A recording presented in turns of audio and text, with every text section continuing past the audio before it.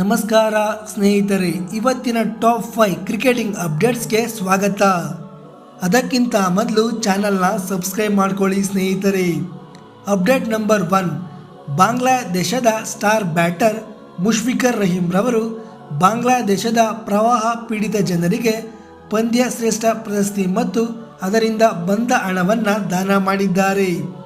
Update number 2, KKR ತಂಡದ ನಾಯಕ ಶ್ರೇಯಸ್ ಅಯ್ಯರ್ ಹಾಗೂ ಮುಂಬೈ ತಂಡದ ಸ್ಟಾರ್ ಬ್ಯಾಟರ್ ಸೂರ್ಯಕುಮಾರ್ ಯಾದವ್ ಈ ಇಬ್ಬರ ನಡುವೆ ಟ್ರೇಡ್ ಆಗಲಿದೆ ಎಂದು ಚರ್ಚೆಯಾಗುತ್ತಿದೆ.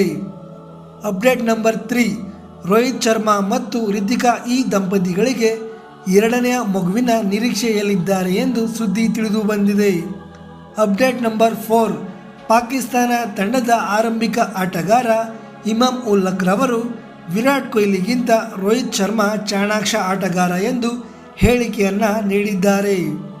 ಅಪ್ಡೇಟ್ ನಂಬರ್ 5, ನಿನ್ನೆ ವಿರಾಟ್ ಕೊಹ್ಲಿ ರವರು ಶಿಖರ್ ಧವನ್ ರವರ ಬಗ್ಗೆ ಭಾವನಾತ್ಮಕ ಪೋಸ್ಟನ್ನು ಮಾಡಿದ್ದರು. ಇದಕ್ಕೆ ರಿಪ್ಲೈ ಮಾಡಿದ ಶಿಖರ್ ಧವನ್, ವಿರಾಟ್ ಕೊಹ್ಲಿ ರವರು ಹೆಚ್ಚು ತಮಾಷೆ ಮಾಡುತ್ತಾರೆ.